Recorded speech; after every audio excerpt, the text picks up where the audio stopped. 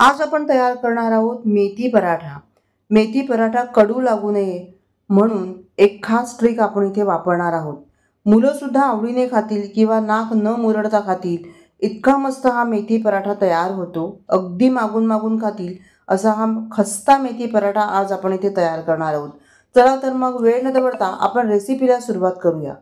प्रीतीसमय रेसिपीजमध्ये आपलं खूप खूप स्वागत आहे। इथे मी मेथीची पानं घेतलेली आहेत। साधारण 1 कप मेथीची पानं आहेत, स्वच्छ धुवून घेतलेली आहेत आणि त्याला बारीक चिरून घ्यायचं आहे।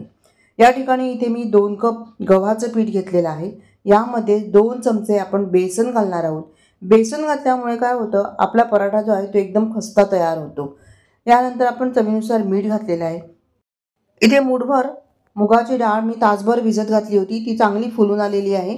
ह्यातलं आता आपण पाणी काढून टाकूया। आता मुगाची डाळ बघा, मी पाणी काढून टाकलेलं आहे। 1 छोटी वाटी मुगाची डाळ घेतलेली आहे। ह्यामध्येच आलं, लसूण, मिरची आणि कोथिंबीर आपण घालणार आहोत। मिरची तुम्ही तुमच्या आवडीनुसार ह्यामध्ये वापरू शकता। मी एकच मिरची इथे वापरलेली आहे। आता ह्याला 2-3 चमचे पाणी घालून एकदम स्मूथ पेस्ट तयार करून घ्यायची याची। आता ही पेस्ट जी आहे ती ह्यामध्ये आपण घालूया। ह्यामध्ये बिलकुल गुठळी राहता कामा नये अशी पेस्ट आपल्याला तयार करायची आहे। मसाल्यांमध्ये आपण धणा पावडर, जिरा पावडर प्रत्येकी अर्धा चमचा, लाल तिखट पाव चमचा आपण हळद घातलेली आहे आणि 1 मोठा चमचा मी इथे साजूक तूप वापरलेला आहे। बारीक चिरलेली मेथी आपण यामध्ये आता घालणार आहोत। तर 1 कप अशी बारीक चिरलेली मेथी यामध्ये घालायची आहे। मेथीचे देठ मात्र आपल्याला इथे घ्यायचे नाही आहेत, फक्त पानांचाच वापर आपल्याला इथे करायचा आहे। मी चॉपरमध्ये ह्याला बारीक करून घेतलेला आहे।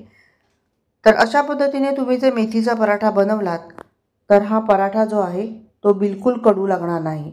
मुलंही मागून मागून खातील इतका मस्त हा मेथीचा पराठा तयार होतो। चला तर मग आता आपण हे पीठ जे आहे ते चांगलं असं मळून तयार करून घेणार आहोत। तर त्याकरता सुरुवातीला आपल्याला चांगलं हे पीठ मळून घ्यायचं। यानंतर मिक्सरच्या भांड्यामध्ये मी थोडंसं पाणी घालून सर्व पेस्ट काढून घेतलेली आहे। पाणी थोडं थोडं करून पीठ आपल्याला खूप घट्टही नाही आणि खूप सैलही नाही, एकदम स्मूथ सॉफ्ट असं पीठ तयार करून घ्यायचं आहे। तर इथे मी आता हे पीठ तयार करून घेते आहे। तर इथे बघा हे पीठ मी तयार करून घेतलं। आता यावर अर्धा चमचा साजूक तूप पुन्हा घातलेला आहे। पुन्हा छान असं ह्याला चांगलं मळून घ्यायचं आहे आणि पीठ इथे मी चांगलं असं सॉफ्ट तयार करून घेतलेलं आहे। जास्त घट्टही नाही आणि जास्त सैलही नाही।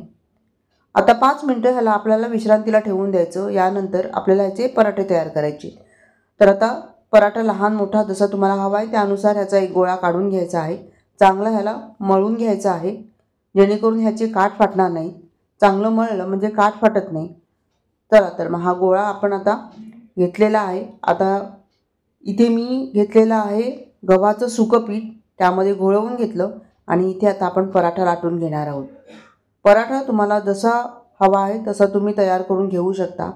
तर इथे मी 4 घडीचा पराठा तयार करणार आहे। तुम्ही लच्छा पराठा पण ह्याचा तयार करून घेऊ शकता। पराठ्याला जितक्या तुम्ही लेयर देतील तितका तो पराठा स्वादिष्टच लागतो, चविष्ट लागतो।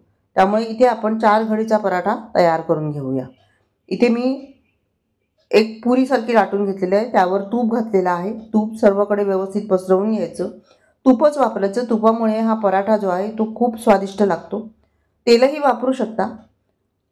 अशा पद्धतीने ही त्रिकोणी घडी आपल्याला तयार करून घ्यायची आहे। त्याच्या अर्ध्या भागावर मी तूप लावलं, अर्ध्या भागावर पीठ लावलेलं आहे आणि अशी ही घडी तयार केलेली आहे। आता ह्याचा आपण पराठा लाटून घ्यायचा आहे। पराठा लाटताना तो सर्व बाजूने समान लाटायचा आहे। याशिवाय त्रिकोण घडीला आपल्याला गोल करून घ्यायचा आहे आणि पराठा जास्त पातळही नाही आणि जास्त जाडही नाही असा हा पराठा आपल्याला तयार करून घ्यायचा आहे।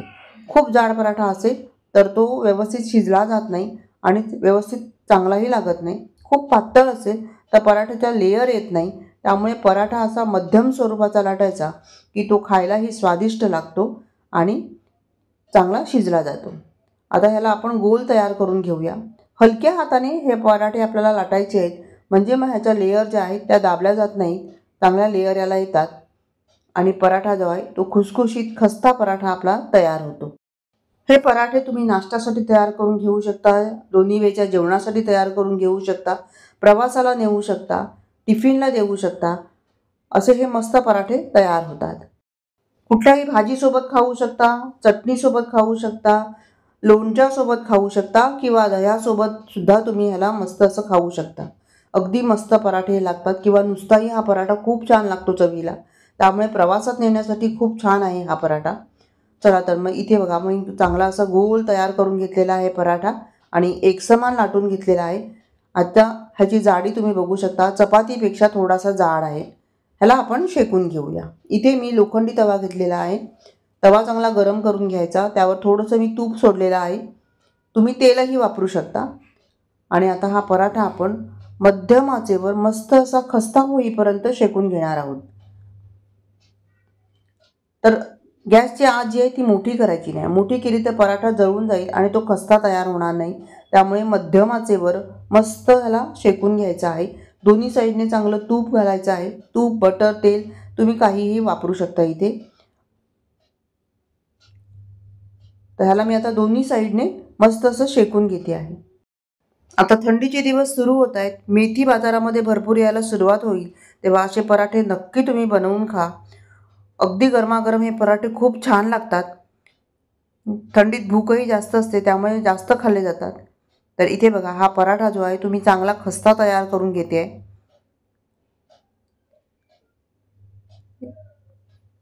तर इथे बघा, हा पराठा जो आहे तुम्ही चांगला मस्त असा खुसखुशीत तयार करून घेतलेला आहे. वरून पुन्हा तुम्ही ह्यावर तूप घाला किंवा बटर घाला आणि गरमागरम सर्व करा.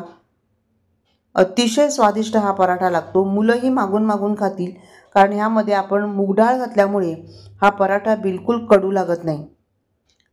बघा, ह्याला मस्त अशा लेयर आलेले आहेत. मस्त फुललेला आहे आणि सॉफ्ट आहे, तितकाच खुसखुशीत आहे.